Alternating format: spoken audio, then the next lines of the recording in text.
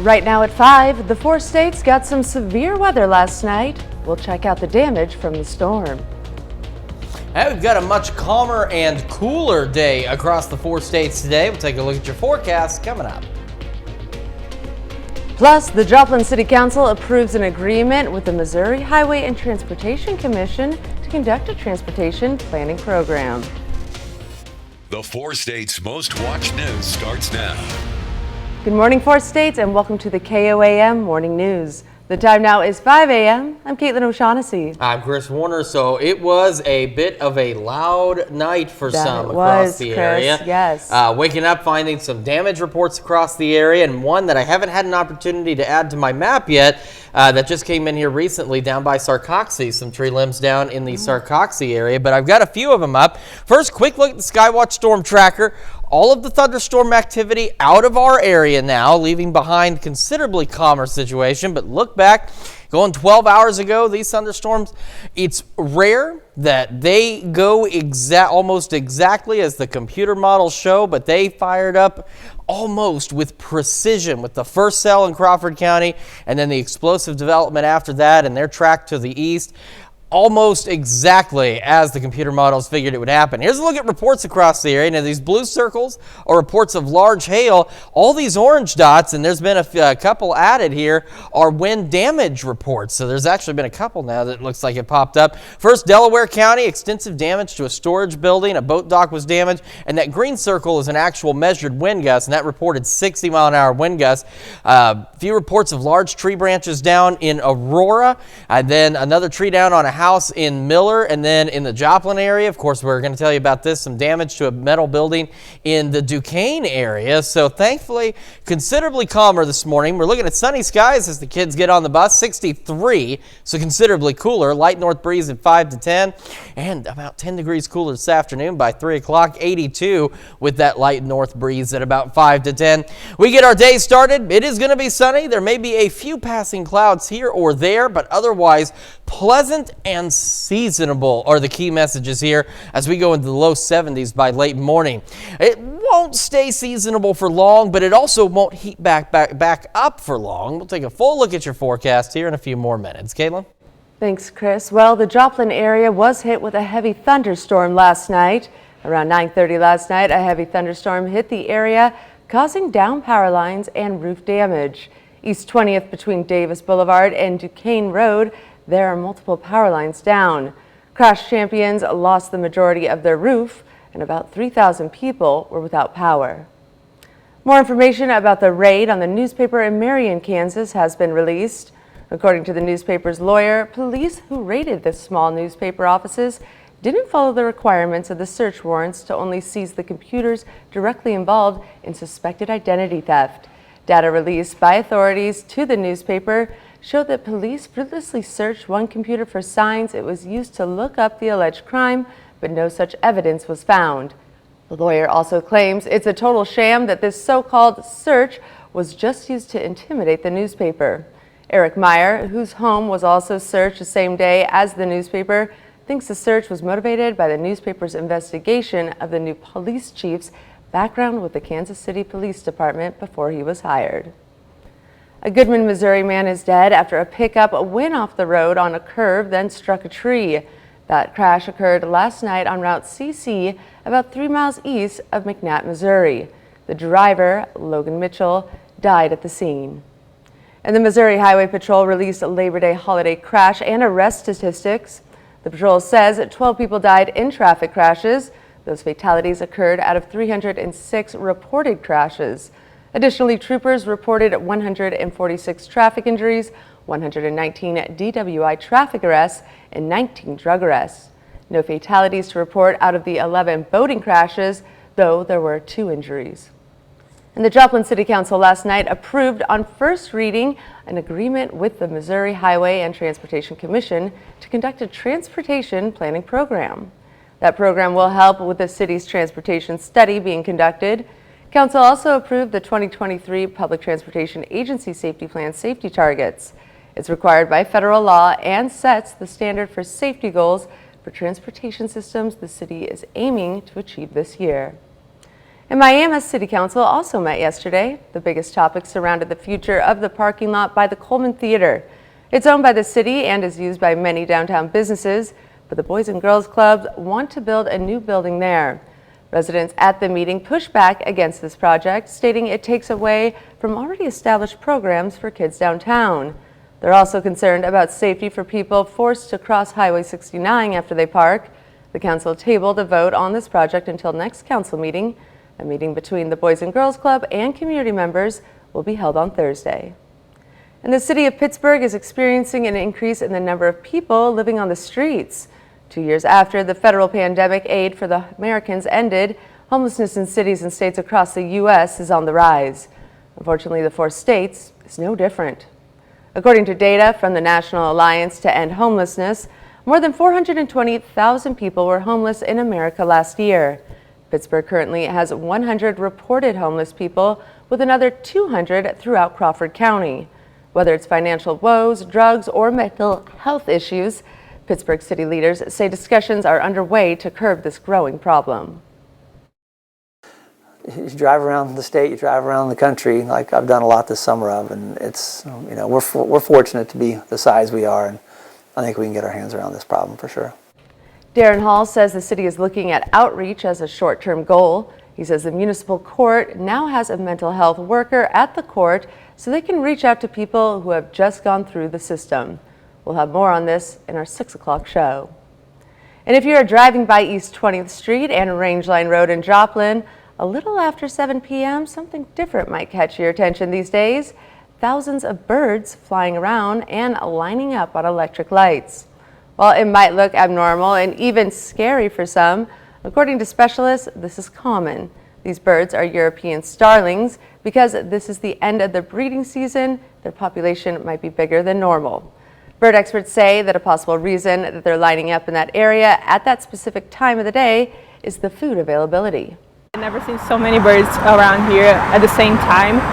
They were all on the electric lines and they were flying everywhere, and we drive like about 5 or 6 blocks and they were literally everywhere. And at night they do something really interesting, which is called murmuration. So you see these very large groups and it seems like they're kind of moving together. It's thought that that's to avoid predators. And originally from Europe, these birds are now all over the United States. They are resident birds, which means they stay here year-round. We'll have more on this later in our show. That's a look at this morning's top stories and weather in our first 7 minutes. Coming up on the KOAM Morning News. Neosha and Nixa headed out on the diamond to face off. We'll have who struck out in sports. Plus, we'll take you to a clinic where weight is just a number. And cooler temperatures are on the way. We'll have more with Chris in the Skywatch Weather Center. You're watching the KOAM Morning News. We'll be right back. Week 2 of the college football season is upon us. Pitt State began the year with a 34-7 win over Washburn at home. On Thursday, the Gorillas hit the road for Fort Hays State. They feel there were some bright spots to build upon in Week 1, but also plenty of room for improvement. Me and Chad have a great connection. He knows that all I need to do is just get a hand on the ball, so he feels pretty safe throwing me the ball, whenever there's a little bit of space. Just getting down to the fundamentals, not really trying to put too much pressure on ourselves, going back and really just honing in on a couple small details I think will shore up a lot of things for us on the offense. The focus this week was just to clean up our mistakes from week 1. I feel like the best teams get a lot better from week 1 to week 2, so this week we plan on cleaning up a lot of our mistakes and just coming out fast and finishing strong. Missouri Southern football also heading on the road for game number 2. The Lions heading to Washburn and are coming off a loss to number 5 Northwest Missouri State, where they led 14-0, threw for over 300 yards, but couldn't finish down the stretch of the second half. We've talked about, just doing a better job defensively on third down, offensively just continuing that momentum and maximizing every possession that you get. If you're going to get a loaded box, well, we better pass the ball well. If we're going to get a light box and 2 high safeties, well, we better run the ball well. So those things go hand in hand, and there's going to be games where we're going to go off for 300 yards rushing, but there's also going to be games where we're going to go off for 400 yards passing the ball. I'm not looking to go out there and do too much or anything, but if they're going to allow us to pass, then we'll do that, and I'll take whatever I see and just trust my eyes. So, game plan is just to trust myself, trust the team, and whatever gets called, we're going to execute it. And here's a look at the updated coaches poll in Division II. The Gorillas move up a spot to 3. Grand Valley State drops down to 7 after losing to Colorado Mines in Week 1. Northwest Missouri moves up a spot as well after that win over MSSU. Emporia State is the only other MIAA school in the top 25, and they're in at number 18.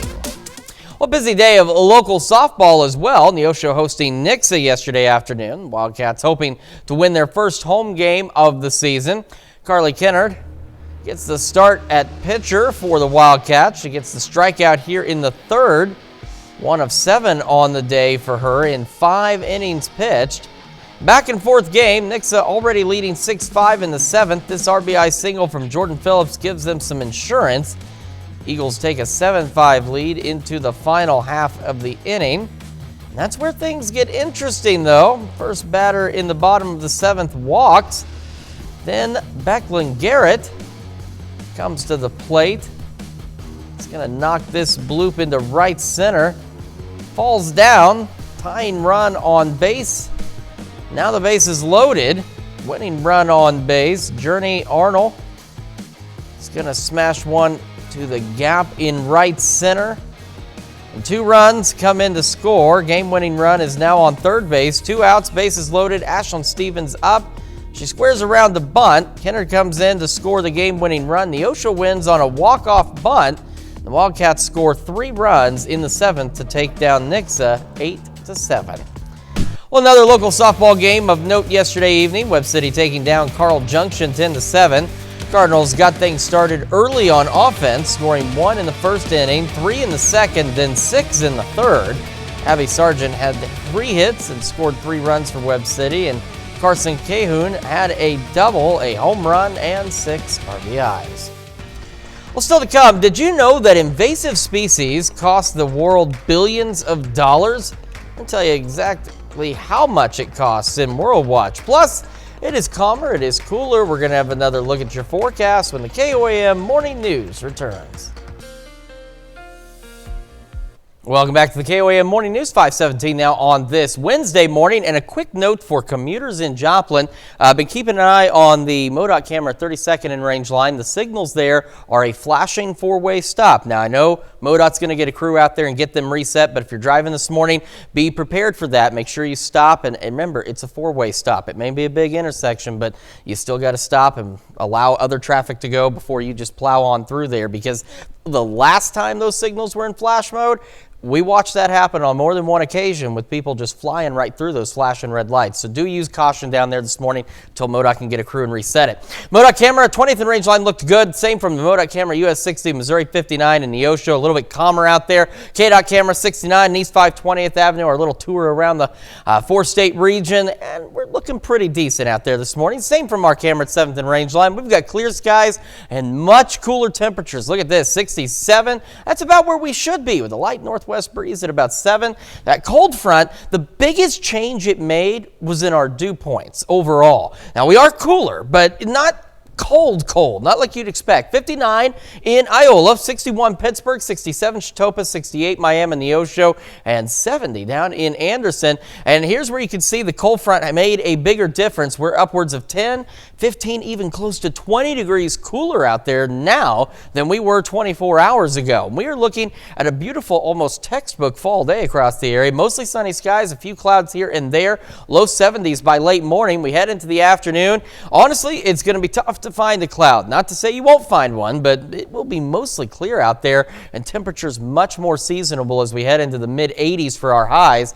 Going into this evening, cool, but again, seasonable. Clear skies back down into the low to mid 60s for overnight lows, and some of us may even dump back into the upper 50s once again. Now, unfortunately, the seasonable temperatures don't last, but our next heat up doesn't last long either. So we're going to go low 90s for us tomorrow. So hot, clear skies, maybe some morning thunderstorms for us on Friday, but still hot, low 90s. Hanging on the low 90s, even upper 80s through the weekend, so still a bit on the hot, warm side, however you want to view it. But then we head into next week, still looking at some of those thunderstorm chances, at least by Monday and Tuesday, but we cool back. We'll be seasonable for a few more days next week, and then we are looking to warm up again as we head toward the end of next week as well. So we're getting into that pattern. We're starting to settle closer to fall, and you know what happened like in last spring? Right in that transition, we went on that roller coaster ride for a while where we'd get really warm and then get really cold, and really warm, really cold. We're starting to take that same ride heading into fall here. That's a quick check of your forecast. We will be back with Health Watch right after this. Topping Health Watch this morning, doctors may soon have new technology to diagnose autism in children more quickly and accurately. 2 studies released Tuesday suggest an eye tracking tool could diagnose autism in children as young as 16 months old. The device is called Early Point Evaluation and was recently cleared by the FDA to help clinicians intervene earlier than ever before. According to experts at the Marcus Autism Center in Atlanta, it could represent a major step forward. Early detection can lead to treatment approaches which help improve outcomes for children with a developmental disability. Young people with autism spectrum disorder often have problems with learning, social communication, and interaction. The Centers for Disease Control and Prevention is warning doctors that RSV cases are on the rise. The CDC is advising physicians to use the new immunizations for newborns and older adults this fall. RSV levels began rising in the South in late July and have more than doubled over the past month. According to the CDC, cases may also increase to the rest of the U.S. over the next 2 to 3 months. In babies, RSV can cause the lungs to fill with mucus, making it difficult to breathe, and can also be serious for seniors. The CDC advises doctors to consider testing high-risk patients with respiratory symptoms for COVID-19, RSV, and influenza. A new study shows people with attention deficit hyperactivity disorder can develop more mental health issues than people without the condition. Researchers in Germany linked ADHD with higher cases of depression, anorexia, post-traumatic stress disorder, and attempted suicides. ADHD causes hyperactivity, inattention, and impulsive behavior in people and often interferes with a person's ability to function or develop. The study found people with ADHD were 30% more likely to attempt suicide and 9% more likely to develop major depression. Some of us may be ready for cooler weather, but it's going to feel like summer for at least a few more weeks. So try to keep your frustration in check. Studies show heat may exasperate bad behavior. Researchers looking for a correlation between high temperatures and anger randomly assigned 2,000 college students in California and Kenya to play video games in either a hot room or a temperature one. They found that some of the students in the hot room in Kenya became consistently more aggressive in their gameplay than those who were in the moderate room. One of the co-authors of the study noted that heat didn't seem to change the students' behavior in Berkeley, so the difference may have been the stressed environment in Kenya at that time. And many people with obesity dread going to the doctor, feeling as though physicians can't see past their weight. Dr. Malika Marshall introduces us to a new clinic designed to treat patients as a whole, not just a scale on the number. Was the patient excited? Brooke Boyarsky-Pratt has struggled with her weight since she was a child. One of my first experiences with a physician was a pediatrician talking to my mom and telling her, your daughter should go to fat camp. Said it that way right in front of me. Things didn't get any better as she got older. I felt that every concern I brought to a doctor was diminished and replaced with the number on the scale. If you ask men and women what's the most stigmatizing experience they've ever had regarding their weight, for women going to the doctor is number 1, and for men it's number 2. So the Harvard Business School grad decided to change that, opening KnownWell, a comprehensive healthcare practice designed to address patients' weight concerns with empathy and compassion. There you go. They might want to lose weight. They might want to just improve their prediabetes or other metabolic health conditions. Everything in this clinic is by design to make people feel as comfortable as possible, including these weight-inclusive chairs that can accommodate a larger body size. You're feeling good? And exam tables that can weigh patients who don't want to hop on the scale.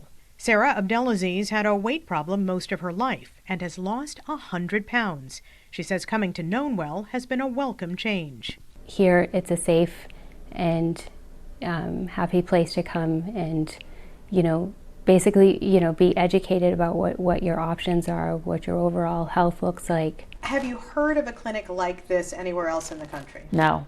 I mean, it's shocking to me that we had to create it. Creating a place so she and others could receive comprehensive medical care. Dr. Malika Marshall, CBS News, Needham, Massachusetts. The clinic sees kids as young as 12 for weight management and provides comprehensive primary care to people 18 and older. That's a look at some of today's top health stories. You're watching the KOAM Morning News. And we've got ourselves a much calmer, quieter, and cooler start across the 4 states. I know some folks still without power out there, so our bit lower temperatures today should help as crews work to restore power from last night's storms. We will take another complete look at your forecast, tell you when it's going to warm up again and how the weekend's shaping up when we come back. Right now at 5:30, we take you to Joplin to learn more about thousands of birds that are lining up on electric lines in the city.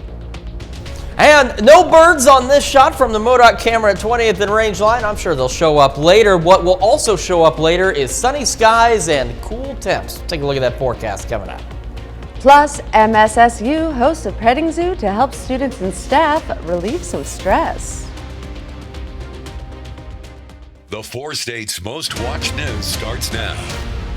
Good morning, 4 states, and welcome to the KOAM Morning News. The time now is 5:31 a.m. I'm Caitlin O'Shaughnessy. I'm Chris Warner. So, speaking of those birds, and I know we're going to have more on them, I've noticed that on our tower camera at 7th and Range Line, a significant increase in birds out there. It's just that time of year, and we'll have all those details coming up We a little are. later. Yeah, we're going to talk about those birds. No birds to talk about this morning, but we did get some severe weather last night, and we managed to see even some damage out of the storms from last night as well. So here's a look back 12 hours back. They almost formed exactly as the computer model showed. Now, usually the computer models, the storms will form pretty similar, but this time, man, they were almost spot on to what the models thought was going to happen. And unfortunately, they did leave behind some damage. So these blue dots represent large hail reports. The orange dots represent wind damage reports. And let me back up here. The green dots represent measured wind gusts. So starting in Delaware County, a couple of reports here. One of damage to a storage building and a boat dock, and that green was a measured wind gust around 60 miles an hour. More damage reports, but just a couple highlighting out here in Lawrence County. Tree down on a house in Miller, and a few reports of large tree branches down in Aurora. And we told you earlier about the business in Duquesne on the east side of Joplin that lost its roof from the storms last night. Now today, polar opposite. Nice weather, cool to start, but seasonable. 63 when the kids get on the bus. Light northerly breeze at about 5 to 10. And we will warm up, but we're going to be seasonable as we go low 80s later this afternoon and hold on to those clear skies. And that's going to be the trend even as we get our day started. A few clouds here and there, otherwise not bad. A beautiful start to the day. Temperatures into the low 70s by late morning. We will heat back up again, and then we'll cool back down. We'll take a complete look at your forecast here in just a few more minutes. Caitlin? Thanks, Chris. Well, if you're around certain parts of Joplin, something different might catch your attention these days. Thousands of birds flying around and lining up on the electric lines. KOAM's Fernanda Silva spoke to a bird expert to understand why. Chiara Sbravacci was driving on East 20th Street in Joplin when she saw something different.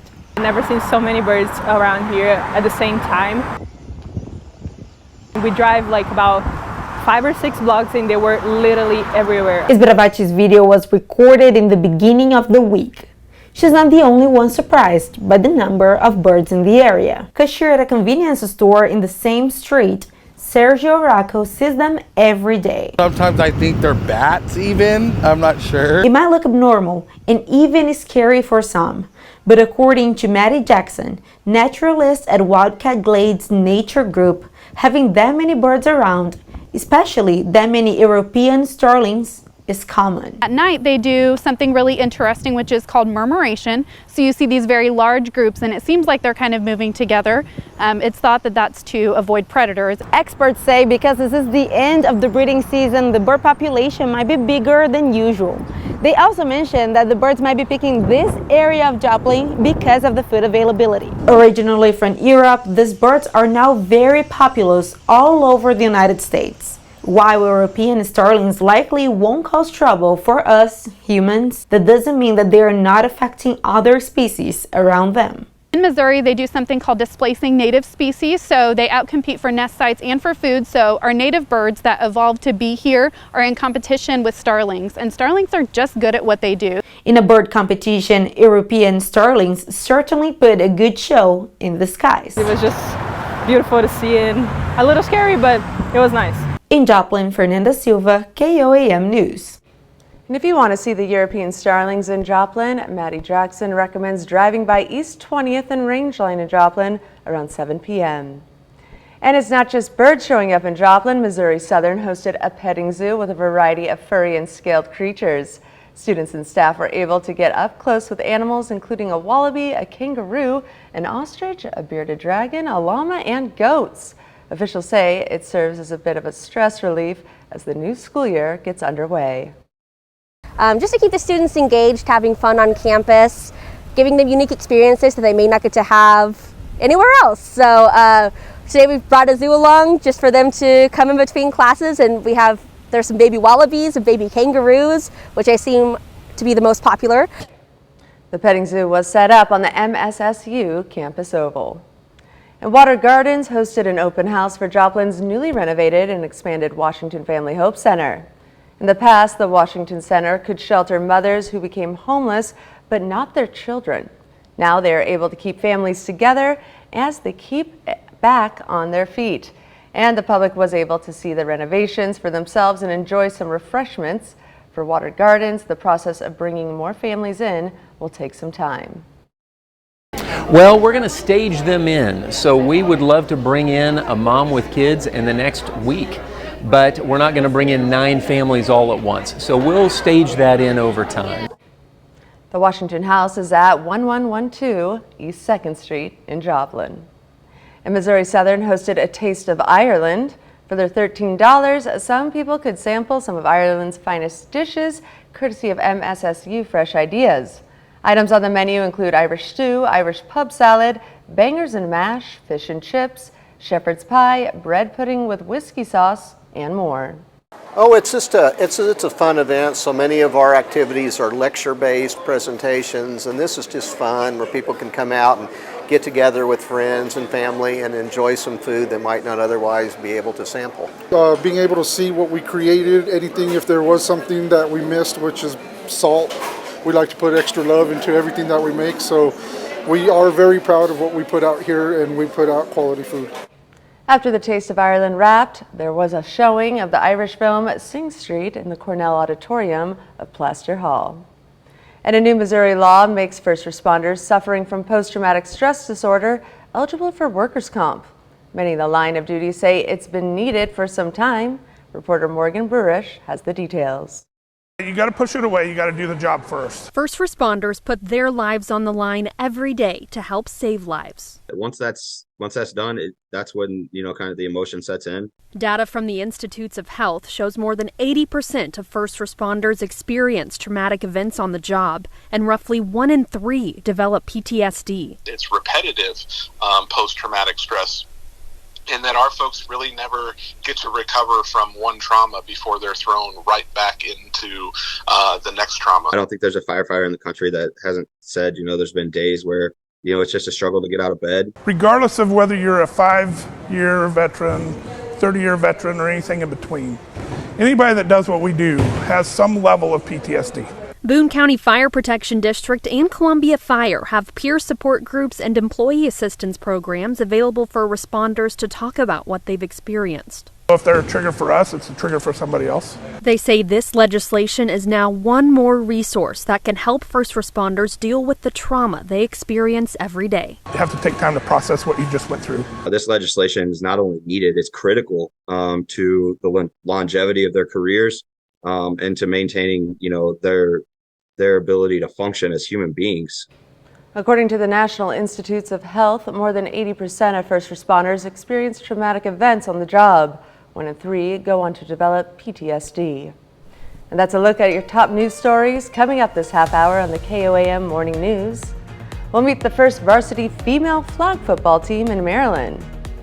Plus, we've got some cute Samaritan tiger cubs who are beating the heat in their own private pool.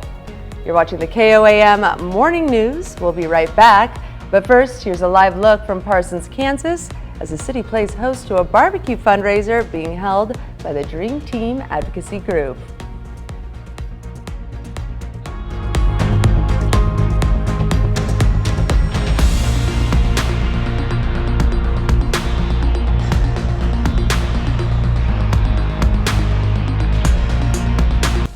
Topping World Watch, just weeks after winning the latest Women's World Cup title, the head coach of the Spanish national team has been fired. Jorge Vilda has been a controversial figure in Spanish football for a while, with numerous players calling for him to be ousted. He's also one of the fiercest allies of the embattled Football Federation chief Luis Rubiales, who is facing worldwide criticism for that unwanted kiss he planted on the lips of Jenny Hermosa during the World Cup Championship celebration last month. And Cuba says it has uncovered a human trafficking network that is resulting in its nationals to fight in Russia's war in Ukraine. The foreign ministry says most of these individuals are living in Russia, but some are in Cuba. It added that authorities are working to neutralize and dismantle the network. While Havana and Moscow are close allies, the ministry has stressed Cuba is not part of the war in Ukraine. The Kremlin has not commented on the allegations. There are no reports of any arrests of those allegedly involved in the trafficking operation. And invasive species aren't just causing environmental chaos. A new United Nations report finds that they are also costing the world $423 billion every year. The study's authors say invasive species drive plant and animals extinct, threaten food security, and exacerbate environmental catastrophes around the world. These animals and plants are being spread to new regions or areas through human activity, often travel or trade, and it's happening at an alarming rate. Leading scientists say that 200 new alien species are being recorded every year. They become invasive when they establish themselves in their new area and create negative impacts on the local biodiversity and ecosystems. A German man has been detained in Italy for allegedly damaging a 16th century statue. The entire incident in Florence on Tuesday was caught on security footage. The statue features a nude sea god Neptune atop a shell-shaped carriage being pulled by horses. The 22-year-old man is accused of scaling a barrier to stand on the hoof of one of the horses. Florence police say he broke off a piece of red marble attached to Neptune's carriage while posing for photos. The city says the man caused about $5,300 in damage. And that's a look at some of your biggest headlines from around the world. We'll be right back. Welcome back to the KOAM Morning News, 5:46 now on this Wednesday morning, and it is a great Wednesday morning after a pretty rocky night for some of us across the area. MoDOT camera 20th in range line looking great, and some fantastic news, by the way, for commuters in Joplin. The signal at 32nd in range line has been reset and is back to its normal operation. So that is great news because nobody likes four-way stops. Nobody likes them. Nobody likes roundabouts either. Maybe it's just me. I don't know. Depends on how fast you're going, I guess. I don't know. All right, MoDOT camera 60 and 59 in Neosho also looking good. And as we wrap up our tour, heading just south of Pittsburgh, the KDOT camera there also looking great as we get this Wednesday underway. Our camera 7th and range line looking pretty good. And we've got clear skies and seasonably cool temperatures, 67. The biggest impact of the cold front, in all honesty, I mean, I know it's cooler, but the biggest impact was on our dew points out there. It's going to make it a much nicer, much more comfortable day for us. But it did also drop those temps in some areas. Look at Iola at 58, 63 Fort Scott, Nevada, 61 Yates Center, Pittsburgh, 63 in Chitopa, some 65s, Neodesha, Miami, and Parsons, and 67 Neosho and Carthage. And with that cold front passage, we are anywhere from 10 upwards of almost 20 degrees cooler now than we were at this time yesterday morning. And we're going to stay seasonable at least for today, as we'll have mostly clear skies. There may be a cloud or two, but otherwise plentiful sunshine. Low 70s by late morning. Heading into the afternoon, we are talking about the mid 80s, so right about where we should be. So it's still warm, but not above average. And of course, sunny skies. We'll hold on to clear skies as we head into the evening hours as well. Another beautiful night ahead of us. Cooler conditions as well, but again, seasonably cool as we drop back into the low to mid 60s across the area. However, you may recall from this past spring, as we made that transition from spring into summer, we kind of went on this roller coaster ride. Well, we're starting to settle into a similar roller coaster ride as we make the transition from summer to fall. So we're going to heat back up tomorrow and Friday and even into the weekend as we go low 90s out there. Could see some late night or early morning thunderstorms on Friday. A couple of those could be strong out there, so it's something we're still a couple of days away from, but we'll keep an eye on for you. Otherwise, staying warm into the weekend and even into Monday. Monday's more seasonable. Some pop-up storms Monday, then cooler than average by Tuesday as we fall back to about 80. And then see, here's where that roller coaster starts to climb back up. We're not bad on Wednesday, a little warmer on Thursday, and then we go back to around 90 by next Friday. So this is where we're starting. Here we are at the dip. We're going to come back up and we're going to go back down and we're going to go back up. So get ready for that ride as we head into fall. We're going to be right back after this, but first we're going to take another live look from Parsons as the city plays host to a barbecue fundraiser being held by the Dream Team Advocacy Group.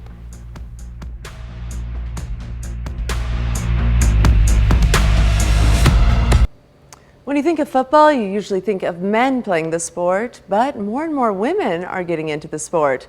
We'll take you to Frederick, Maryland, where a women's varsity flag football team is making history. Melissa Kim has a story. With every snap, under the lights, these girls are writing history in Maryland. First down for women. We can do anything that boys can do. Urbana senior linebacker McKenna Gottlinger says there was never doubt. I feel there's more to the fact that we all can support each other through something that can be greater than ourselves. McKenna is one of almost 400 girls who are part of the state's first ever varsity girls flag football team, an idea years in the making, thanks in part to the Baltimore Ravens. And for girls to get a chance to make a difference and be pioneers, as Coach Harbaugh said a couple weeks ago, in the sport is super important. For the decision makers at Frederick County Public Schools, it was a no-brainer. It means that we're doing something right. It means that, hopefully we're going to help these young women become better leaders, better moms in the future through the power of sport. Urbana head coach Nick Damalakis confident that he's building something bigger. Why is this not happening on Friday nights? Why is it boys football, And I see a future where, girls flag football's out there and other female sports are out there playing Friday nights with packed stands. And that's going to happen. Not just on the gridiron. When we talk about a quarterback being in the pocket, we talk about standing tall and proud. But off of it, too. And it's about confidence, believing in yourself, and the positivity, fighting for what's right. And you're always going to be fighting for it. Last week, Urbana shut out Middletown 20-0. But it's the numbers in the stands and on the sidelines that will make this game unforgettable. We did not expect as many people to come out and to support this, and being able to have the Ravens sponsor us is just so exciting, and we love that. Now the younger girls will never know what it's like to not have football. How proud am I? I'm on cloud nine right now. Frederick County public school officials and the Ravens are hoping that it's just the beginning and this will eventually grow into a statewide program. We'll be right back. Meet Kipiki, the only known spotless giraffe in the world. Her name means unique in Swahili.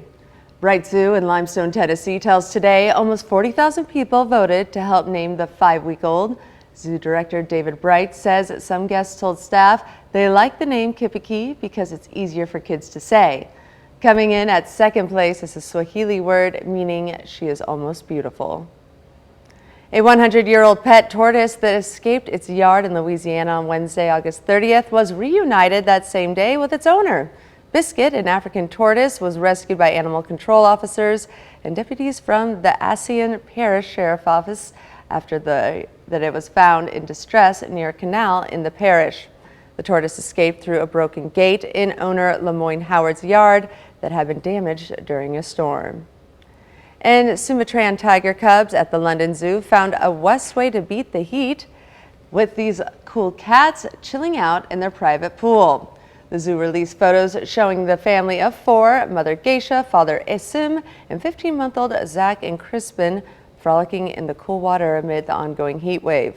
These critically endangered tiger cubs are a huge draw at the zoo, and seeing them have wet fun in the sun was a special treat. There are only an estimated 300 Sumatran tigers left in the wild. They are the world's rarest subspecies of tiger. And we've got ourselves a much cooler but much more seasonable day across the area. We could see a few clouds here and there, otherwise sunny skies, going low 70s as we head into the late morning hours. Heading into the afternoon, looking great. Seasonably warm out there. Sunny skies, mid 80s for our highs. We head into this evening and it stays clear, it stays cool, it stays seasonable. And that's the most important thing, because seasonable doesn't happen often around here. We're always one side of the coin or the other. We are going to go back into the low to mid 60s tonight. Unfortunately, seasonable, this is what I mean. It's one side of the coin or the other. It's either warmer or colder. We are going to go warmer as we head into our Thursday and Friday. Low 90s. Morning thunderstorm chances Friday. Couple of strong storms possible. Keep an eye on that for you. Staying warm through the weekend, but not bad. We'll go seasonably nice on Monday with some pop-up storms. Morning thunderstorm chances Tuesday, and then this is the other side of that coin. Below average, not by much, but still, that's below average. And we will start to warm up again on our roller coaster ride as we head back into the 90s, heading into next weekend across the area as we start to make that transition from summer to fall. That's a quick check of your forecast. We got a whole nother hour of the KOAM morning news right after this. Right now at 6, more information about the raid on the newspaper in Marion, Kansas has been released. We've got a cooler but much more seasonable start to the day across the area. We'll talk about how warm it's going to get and when the heat returns coming up. Plus, Pittsburgh finds an all too common problem in America right in its own backyard. The 4 states' most watched news starts now.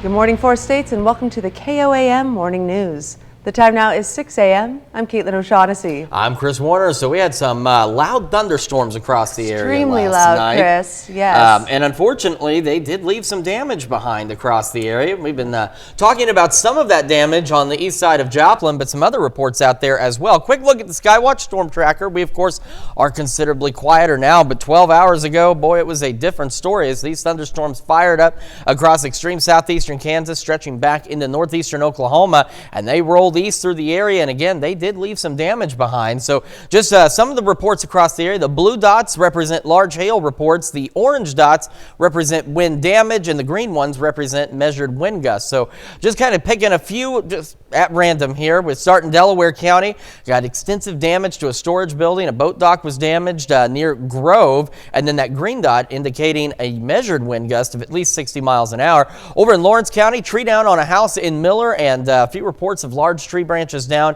in Aurora. Then we were talking about the one in Joplin on the east side over by Duquesne. Reported damage to a metal building. Not just reported damage, but a building there lost its entire roof in the storms last night. So again, thankfully, considerably calmer this morning. Kids getting on the bus. We're looking great. Clear skies, 63, light north breeze at about 5 to 10 miles an hour. As they bring the kids back home, we're looking at low 80s, so warm but seasonably so. North breeze still at about 5 to 10. And as you head out the door this morning, not a bad start at all. Maybe a passing cloud or two. Otherwise, we are looking at clear skies to start the day. Cooler, more seasonable temperatures will only be in the low 70s by late morning instead of heading into the upper 80s. So again, much better across the area. We are going to heat back up again, unfortunately, as we kick off a roller coaster ride of temperatures. We'll take a full look at your forecast here in a few more minutes. Caitlin? Thanks, Chris. Well, as you mentioned, the Joplin area was hit with a heavy thunderstorm last night. Around 9:30 p.m., a heavy thunderstorm hit the area, causing down power lines and roof damage. East 20th between Davis Boulevard and Duquesne Road, there are multiple power lines down. Crash Champions lost the majority of their roof, and about 3,000 people were without power. A Goodwin, Missouri man is dead after a pickup went off the road on a curve, then struck a tree. That crash occurred last night on Route CC, about 3 miles east of McNatt, Missouri. The driver, Logan Mitchell, died at the scene. And more information about the raid on the newspaper in Marion, Kansas has been released. According to the newspaper's lawyer, police who raided the small newspaper offices didn't follow the requirements of the search warrants to only seize the computers directly involved in suspected identity theft. Data released by authorities to the newspaper showed that police fruitlessly searched one computer for signs that it was used to look up the alleged crime, but no such evidence was found. The lawyer also claims it's a total sham, that this so-called search was just used to intimidate the newspaper. Eric Meyer, whose home was also searched the same day as the newspaper, thinks that the search was motivated by the newspaper's investigation of the new police chief's background with the Kansas City Police Department before he was hired. And the Missouri Highway Patrol releases a Labor Day holiday crash and arrest statistics. The patrol says 12 people died in traffic crashes. Those fatalities occurred out of 306 reported crashes. Additionally, troopers reported 146 traffic injuries, 119 DWI traffic arrests, and 19 drug arrests. No fatalities to report out of the 11 boating crashes, though there were 2 injuries. And it's no question homelessness is on the rise across America. Numbers from the National Alliance to End Homelessness data show more than 420,000 people as homeless in 2022. Unfortunately, the city of Pittsburgh is no different, and we sat down with city leaders to get their take on the situation and then hit the streets to talk to the homeless firsthand. Is your current monthly rent mortgage amount? What is it? 0. Shay Ellsworth is helping her homeless friends apply for food stamps. She moved to Pittsburgh 5 months ago from Hayes, Kansas. So I came down here for family, but me and my family didn't see eye to eye. Ellsworth is part of the latest wave of homeless who have moved into Pittsburgh. Reported numbers show 300 homeless in Crawford County, with about 100 of them living in Pittsburgh.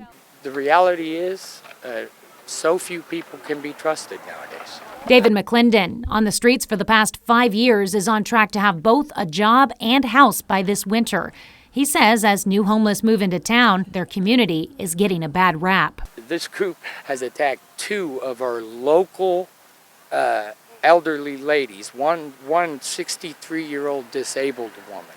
Another woman in her 50s, I think she's like 54, 56, something like that, attacked her with a bat, a baseball bat. I'm like...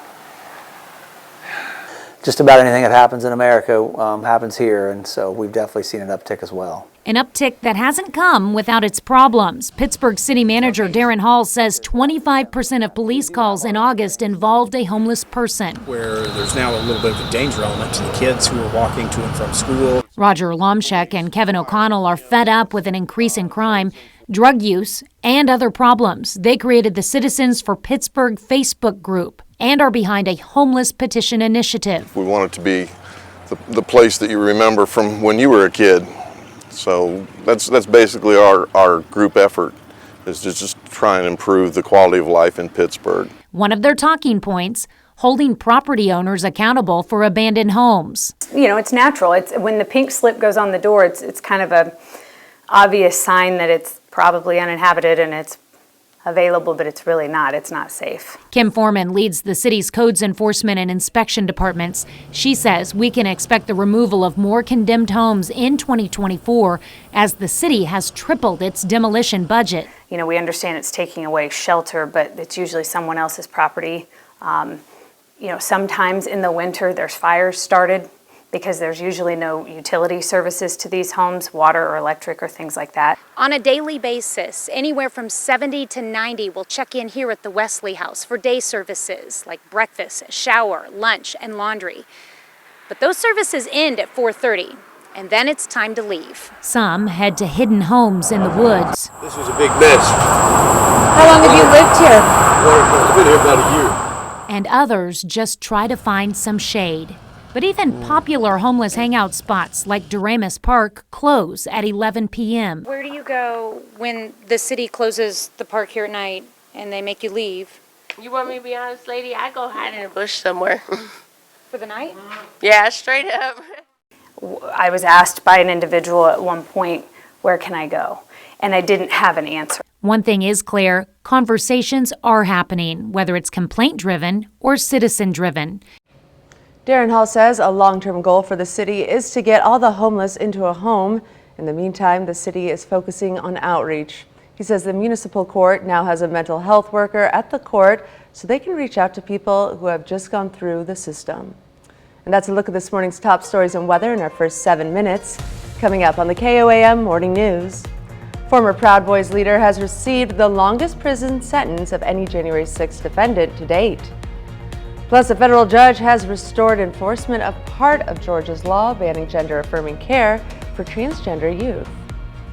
And Chris Warner returns with another look at your Wednesday forecast. You're watching the KOAM Morning News. We'll be right back, but first, here's a live look from Parsons, Kansas at the city's Plays, host to a barbecue fundraiser being held by the Dream Team Advocacy Group.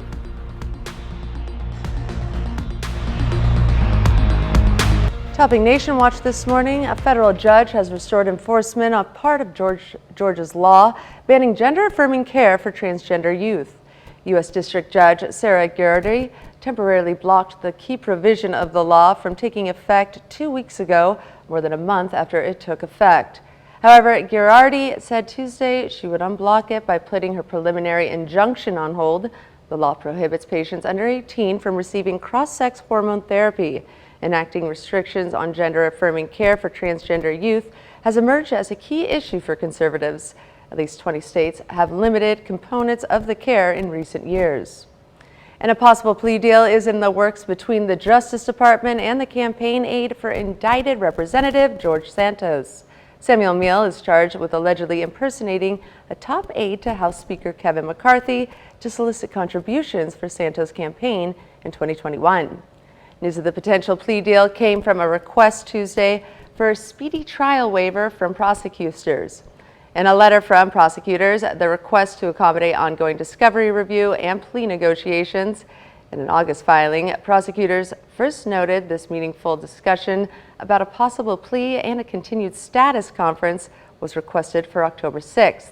Meal possible plea deal comes on the same day prosecutors and lawyers for Santos asked to move his upcoming Thursday status conference to October 27th. George Santos has pleaded not guilty to 13 federal fraud and money laundering charges. The New York Republican announced in April that he is running for re-election. And Justice Department Special Counsel Jack Smith is accusing former President Donald Trump of making daily statements that could prejudice the jury pool in the election subversion case in D.C.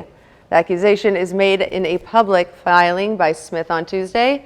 The allegation came to light in a court fight that remains largely under seal, with most details not public. The special counsel's office has been sparring with Trump's team over how much of the underlying sealed dispute should be made public. Late last month, the U.S. District Judge in the case ruled the Trump federal election criminal trial will begin March 4th of next year. And former Proud Boys leader Enrique Tarrio has received the longest prison sentence of any January 6th defendant to date. In a Washington courtroom yesterday, he apologized for the events that day when thousands stormed the U.S. Capitol in a failed attempt to stop the peaceful transfer of power. CBS News' Jared Hill has more from New York.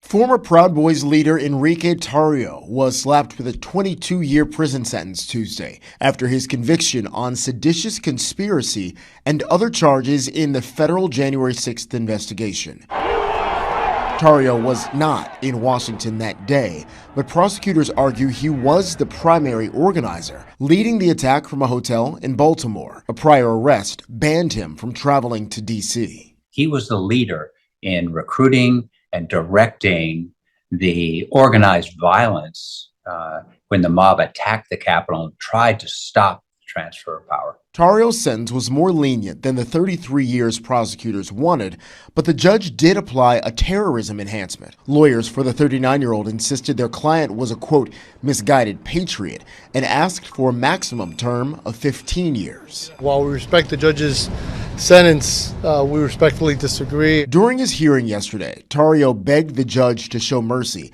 saying how sorry he was for the events that occurred January 6th. But the judge highlighted this text message the ex-Proud Boys leader sent after crowds reached the Capitol, writing, quote, proud of my boys and my country.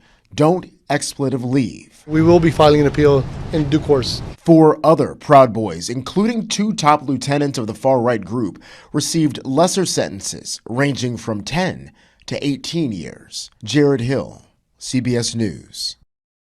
FBI Director Christopher Wray released a statement saying yesterday's sentencing, quote, demonstrates that those who attempted to undermine the workings of American democracy will be held criminally accountable, end quote.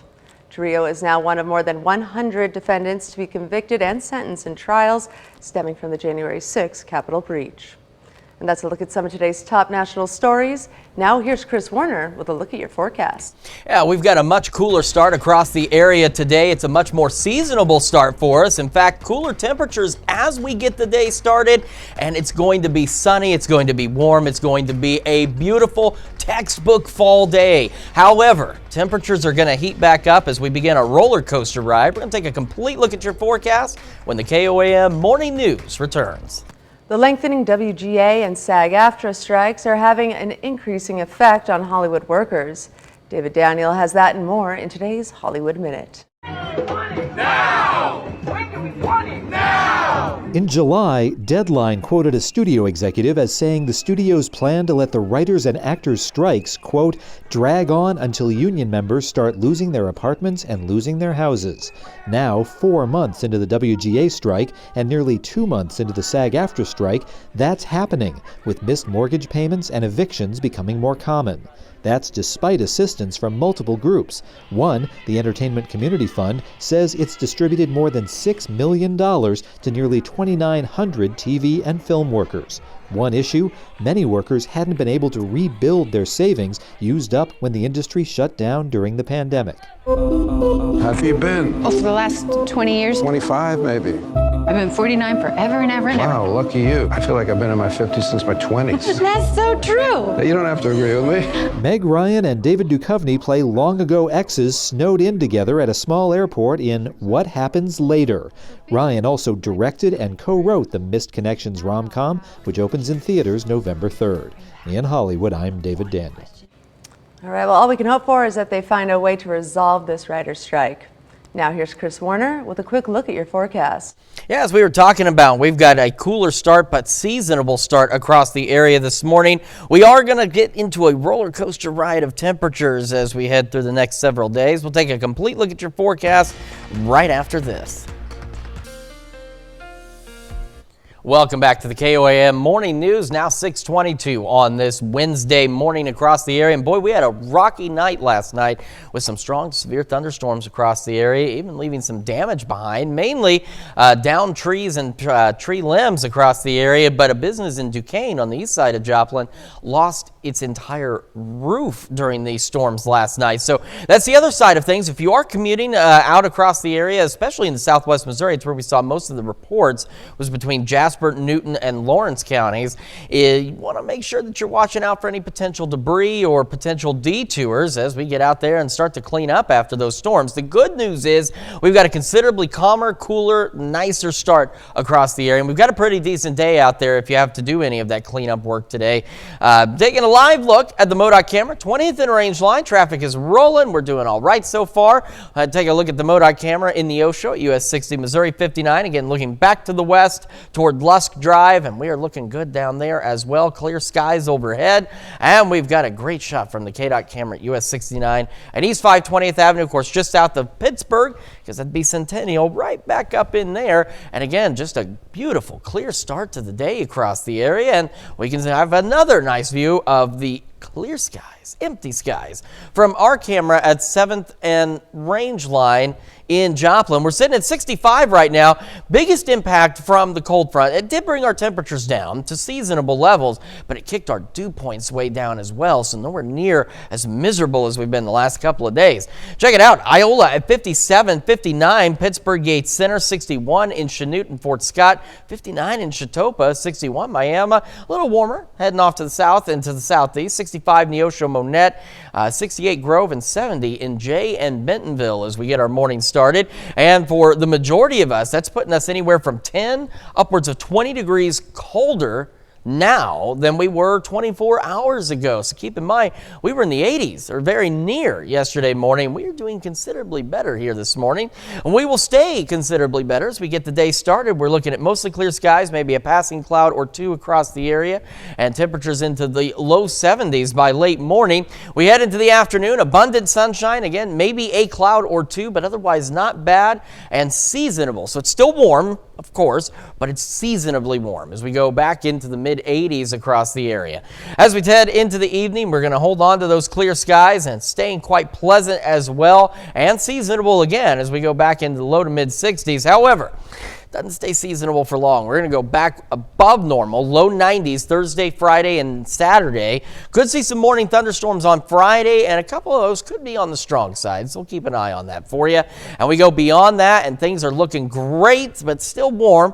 We're going to fall back to seasonable levels as we kick off next week with a few pop-up storms Monday, a few more lingering into Tuesday morning. We stay seasonable into Wednesday, a little above normal by Thursday, and our temperatures start to rise once again into the 90s as we head into next weekend. That's a quick check of your forecast. We're going to send it over to Caitlin now for a check of Health Watch.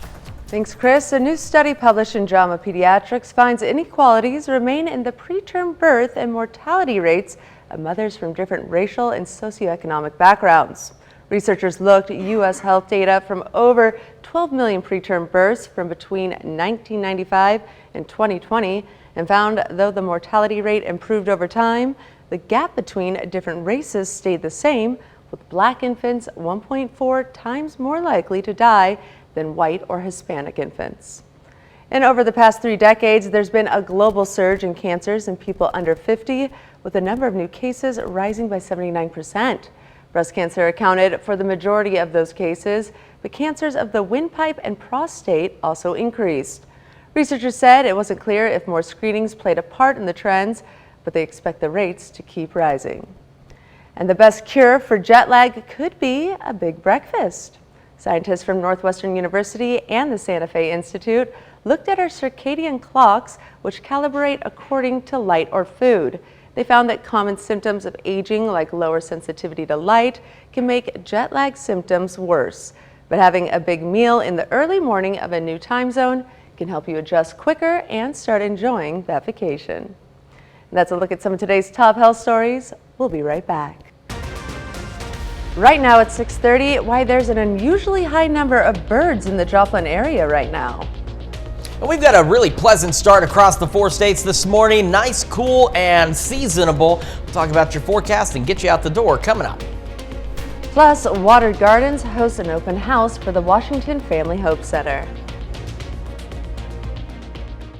The 4 states' most watched news starts now. Good morning, 4 states, and welcome to the KOAM Morning News. The time now is 6:29 a.m. I'm Caitlin O'Shaughnessy. I'm Chris Warner. So another very nice start to the day out there after a very rocky start. Wrapped up of the day yesterday with those strong and severe thunderstorms that rolled through the area. They're pushing the Skywatch Storm Tracker back in time by about 12 hours. And you can see where those thunderstorms, once it starts that loop again, just fired up very quickly and rolled on off to the east. They did take their kind of take their time getting through here, but they did bring some of us some much needed rainfall. Unfortunately, the trade-off to that was some severe weather across the area. So these blue dots represent large hail reports, and almost right along a perfect line when those storms initially developed. And as they grew into that line, wind became the issue. And these orange dots represent wind damage reports, and the green circles represent measured wind gusts across the area. Just a couple of points here. We've got Delaware County, extensive damage to a storage building, and boat dock was also damaged. And then right near Grove, a measured gust of about 60 miles an hour down there.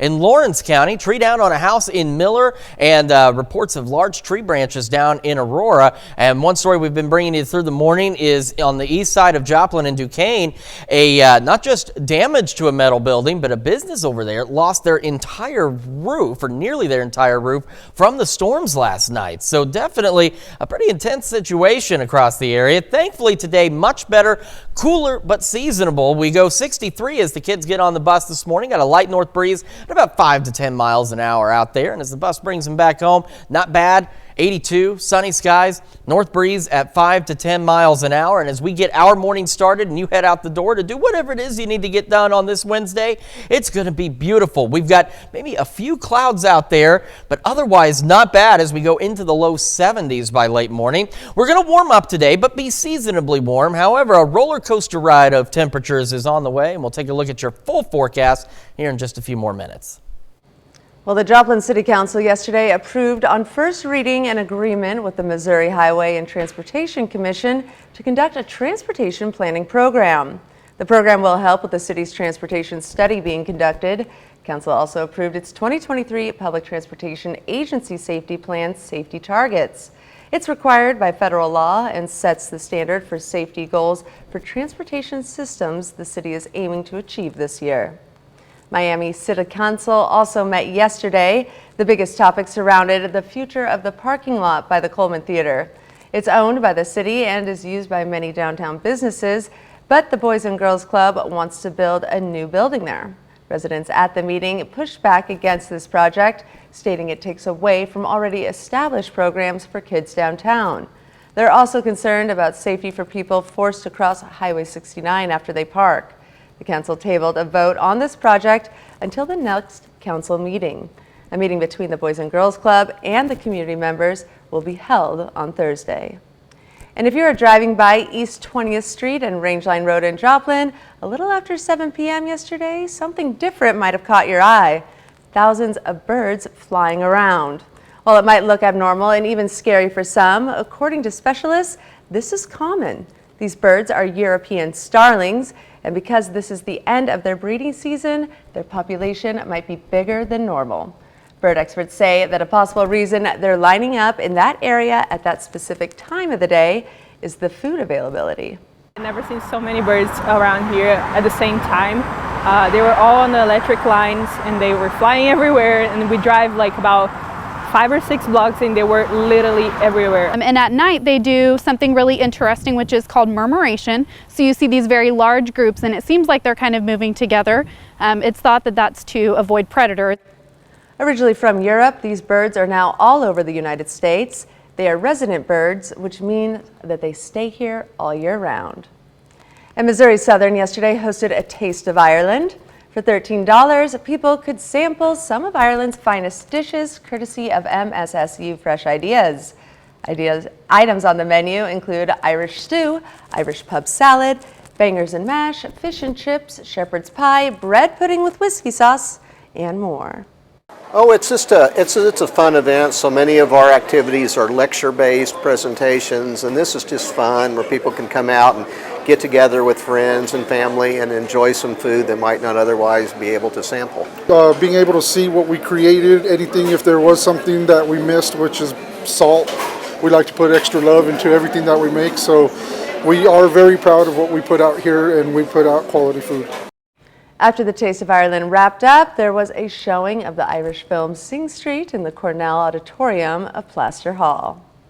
And Missouri Southern lions were introduced to some other animals. Students and staff could come out to the campus and enjoy a petting zoo yesterday afternoon. The petting zoo featured the likes of a baby wallaby, kangaroo, ostrich, a baby and mama tortoise, and some of those lovable goats. The goal of the petting zoo was to have fun, of course. I just hope that they have fun. I mean, that's what my role luckily gets to be about, is them getting to have fun, create memories while they're in college. You know, they're the best 4 years is what people say, and I want them to really enjoy their time here and, like I said, get unique experiences that they wouldn't have anywhere else. The petting zoo was set up on the MSSU campus oval. Water Gardens hosted an open house for Joplin's newly renovated and expanded Washington Family Hope Center. In the past, the Washington Center could shelter mothers who became homeless, but not their children. Now they are able to keep families together as they get back on their feet. The public was able to see the renovations for themselves and enjoy some refreshments. For Water Gardens, the process of bringing more families in will take some time. Well, we're going to stage them in, so we would love to bring in a mom with kids in the next week. But we're not going to bring in 9 families all at once. So we'll stage that in over time. The Washington House is at 1112 East 2nd Street in Joplin. That's a look at our top news stories coming up this half hour in the KOAM Morning News. Why over the past decade, two-year colleges have been steep declines in enrollment. Plus, we've got a seasonable start for us across the area this morning. We will take a look at our temperatures today and when the heat returns when we come back. But first, here's a live look from Parsons as the city is playing host to a barbecue fundraiser being held by the Dream Team Advocacy Group.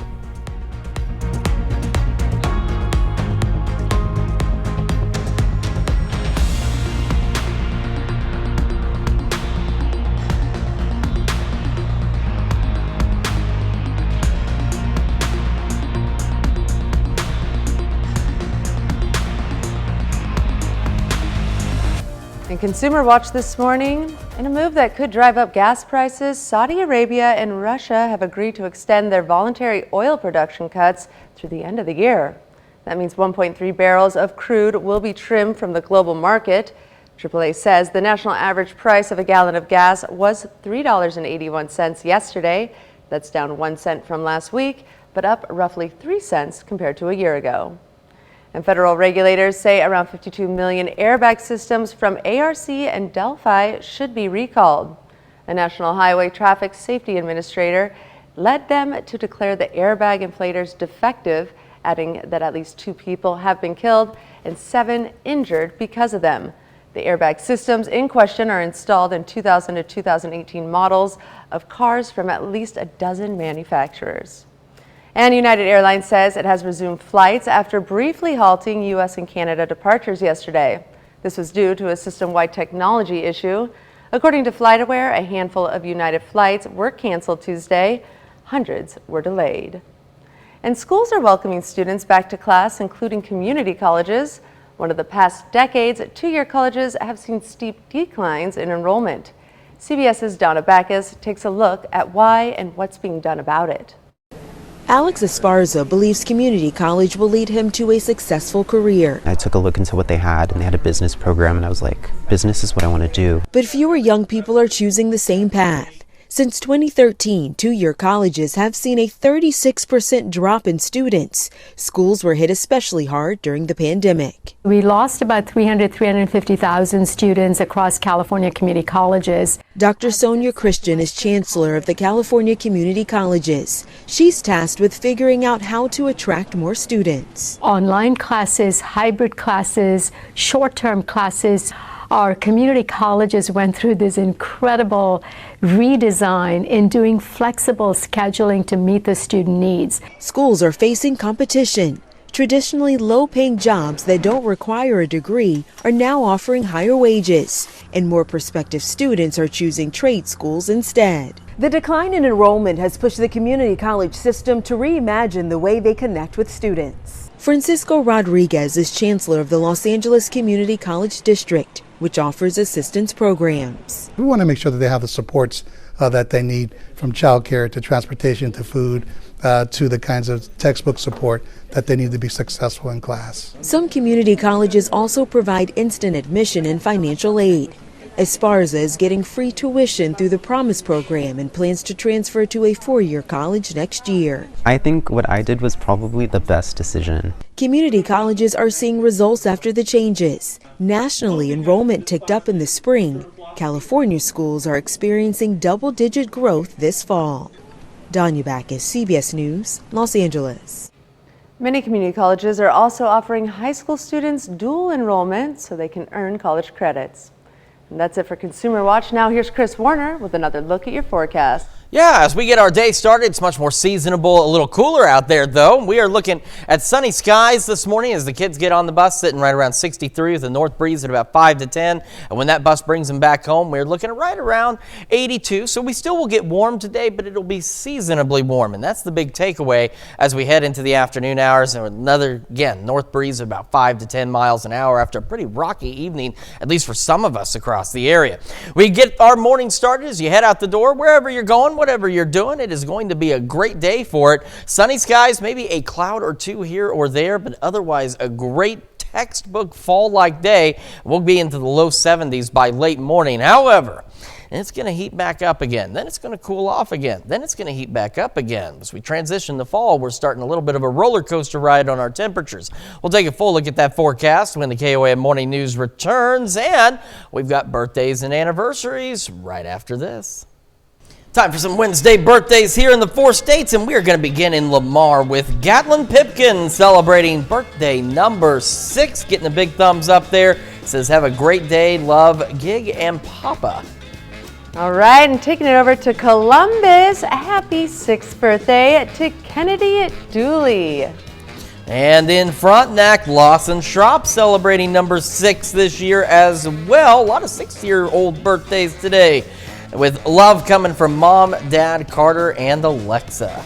And we have a very special birthday. This is the son of KOAM's marketing consultant, Zach Wilson.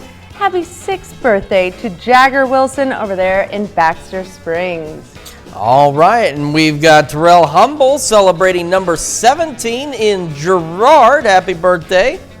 And happy 36th birthday to Kelsey King over in St. Paul, with love from your dad, Judy, and family. And in Pittsburgh, we've got JJ Carlinger celebrating birthday number 43. Happy birthday, JJ. And happy 52nd birthday to Laura Wright of Arma, Kansas. And back over in Girard, we've got John Gilpin celebrating another year wiser. Happy birthday, John. Happy birthday to Wanda Rexwinkle over in Mound Valley. Love, Lieta and Dina. And back to Girard again. The party is in Girard today. All right. Dave Carr celebrating birthday number 71. Happy birthday, Dave. And a very happy 89th birthday to Mary Ireland. Happy birthday from your family. And we've got a 26th wedding anniversary going out to Tyler and Holly Dreiling over in Oswego. Happy anniversary. Absolutely. And over in St. Paul, happy 52nd birthday to Ronald Pauly. And in Iola, we've got Tammy Creviston celebrating number 54th. Happy birthday wishes coming from your husband, Joe. Well, very happy birthday and anniversary to all of you on our list. And of course, we like celebrating with you, and Caitlin can tell you exactly how you can celebrate with us. Absolutely. All you have to do is submit your birthdays and anniversaries to birthdays@KOAMnewsnow.com. Please include pictures and messages so we can give you and your loved ones a special shout out on their day. And of course, we love to celebrate with you, so make sure you get those in for us. And boy, today is a great day to celebrate just being outside, an almost textbook fall-like day across the area. Live look at the MoDOT camera, 20th and Range Line in Joplin. It is looking good, a little hazy out there, a little foggy, I should say, but otherwise clear skies across the area. Got the same from the MoDOT camera, US 60 and Missouri 59 Neosho. Of course, looking back west along Highway 60 toward Lusk Drive, and as you can see, clear skies out there. And as we take a look at the KDOT camera at US 69 and East 520th Avenue, just south of Pittsburgh, back up here, you can see there is a bit of some light fog out there. The good news is, as keep checking on the fog tracker, at this point, not picking up any areas of dense fog or anything that needs to necessarily be a concern, but with some of that fog, just be aware out there, especially in some of the more rural areas where that fog can thicken up pretty quickly on you, so do take it easy, be careful. Even got some fog visible from our camera at 7th and Range Line, looking back off to the north and to the east. Outside of that, clear skies, cool but seasonable, 65. Dew point 55. So that cold front yesterday brought us the severe weather. It did knock our temperatures down back to seasonable levels, but I think really the biggest impact it's had is on our dew points out there. It's a lot more comfortable across the area this morning. We got a north-northwest breeze at about 6 miles an hour. Taking a look at temperatures around the region, some of us though did get downright chilly this morning. We have 55 in Iola, 59 in Yates Center, 61 in Chanute and Chatopa, 60 in Pittsburgh, Fort Scott, 63 Miami, Carthage, and 65 Neosho and over in Monette. As we get our more, oh sorry, I forgot to tell you about this part. Check this out. We are upwards of 10 to nearly 20 degrees cooler this morning than where we were 24 hours ago. So at this time yesterday, it was 20 degrees warmer outside places like Iola, Yates Center, Fort Scott, Girard. So a nice dip in temperatures. This cold front doing a great job out there for us. As we get our morning started, we are looking at, again, I've said it several times, but really it's truly a textbook almost fall day, as we have got sunny skies, maybe a cloud or two here or there, but you're going to be hard pressed to find them. We are looking at low 70s by late morning, and we are going to be warm today, but I want to emphasize again that it is seasonably warm across the area as our highs reach up into the mid 80s out there. Again, maybe a stray cloud or two. We are otherwise looking at beautiful clear skies. So if you did get any damage from the storms last night, a lot of damage reports coming out of southwest Missouri. Make sure, or at least today, great day to do that. Temperatures, humidity, dew point, all going to be a slightly more comfortable level for you if you've got to do any cleanup work today. Unfortunately, it is going to heat up again. We've got a little bit of a roller coaster ride on our temperatures over the next several days. We're going to take a look at your full forecast and the news you need to know right after this. And with the KOAM Morning News makes the switch over to Fox 14 at 7 a.m. Central Daylight Time. If you know a video gamer who seems busier than usual, it might be because they're playing one of the most highly anticipated games of the year. We'll tell you all about it at 7 a.m.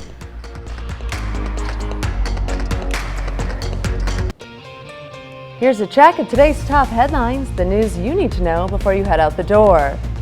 The Joplin area was hit with a heavy thunderstorm last night. Around 9:30 p.m., a heavy thunderstorm hit the area, causing down power lines and roof damage. East 20th between Davis Boulevard and Duquesne Road, where multiple power lines were down and Crash Champions lost the majority of their roof. About 3,000 people were without power. A Goodman, Missouri man is dead after a pickup went off the road on a curve, then struck a tree. That crash occurred last night on Route CC, about 3 miles east of McNatt, Missouri. The driver, Logan Mitchell, died at the scene. The city of Pittsburgh is experiencing an increase in the number of people living on the streets. 2 years after the federal pandemic aid for Americans ended, homelessness in cities and states across the U.S. is on the rise. Unfortunately, the 4 states is no different, and organizers of the Facebook group Citizens for Pittsburgh say they are creating a discussion and documenting crimes committed. They're also pushing for more ordinances focused on keeping the town safe and clean. The Wesley House offers day services for people in need, including breakfast and lunch, and the Lord's Dinner provides dinner. But there isn't any place for the homeless to go at night, which has spurred interest and controversy over building a shelter. That's a check of today's top headlines, the news you need to know before you head out the door. And as you head out the door, a cool start for us. We're going to warm up, but be seasonably warm as we go mid-80s with mostly sunny skies. We're going to hold on to those clear skies as we head into the evening and get back into the low to mid-60s across the area. We do start our roller coaster ride, though. We're going to heat up low 90s tomorrow, Friday, and Saturday with some morning storms on Thursday. Then more pop-up storms Monday, Tuesday. Then we'll go below average for a day or so. And then we'll go back above average toward the end of next week with temperatures returning to the 90s by next weekend. All right, well, coming up today at noon, we're making frozen food and air fryer tips in the Mr. Food Test kitchen. And your morning news continues on KOAM with CBS Mornings. Schools are being forced to close and businesses are shutting down as a late season heat wave is impacting millions across the country. Next on CBS Mornings, tips on how to deal with the high temperatures and if any relief is in sight.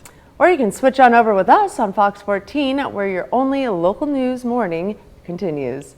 This morning, Emily Frankowski joins us in studio to tell us about the upcoming events that are happening at Connect to Culture. Always a great time. And Joplin is having the Jomo Pride Festival this weekend. We've got Ron Birch and Naomi Stevens-Lewis joining us in studio to tell us all about what you can expect at this year's Jomo Pride.